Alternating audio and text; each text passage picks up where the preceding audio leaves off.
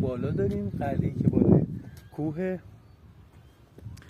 و قلعه‌های دیگه. اما اینجا به عنوان یکی از جاهایی بوده که استقرار می‌گرفتن و در اینجا میتونستن استراحت کنن و شب را در این محل بگذرونن تا بتونن آب مورد نظر خودشون، غذای مورد نظر خودشون رو تهیه کنن، کالاهای خودشون رو با همدیگه مبادله کنن.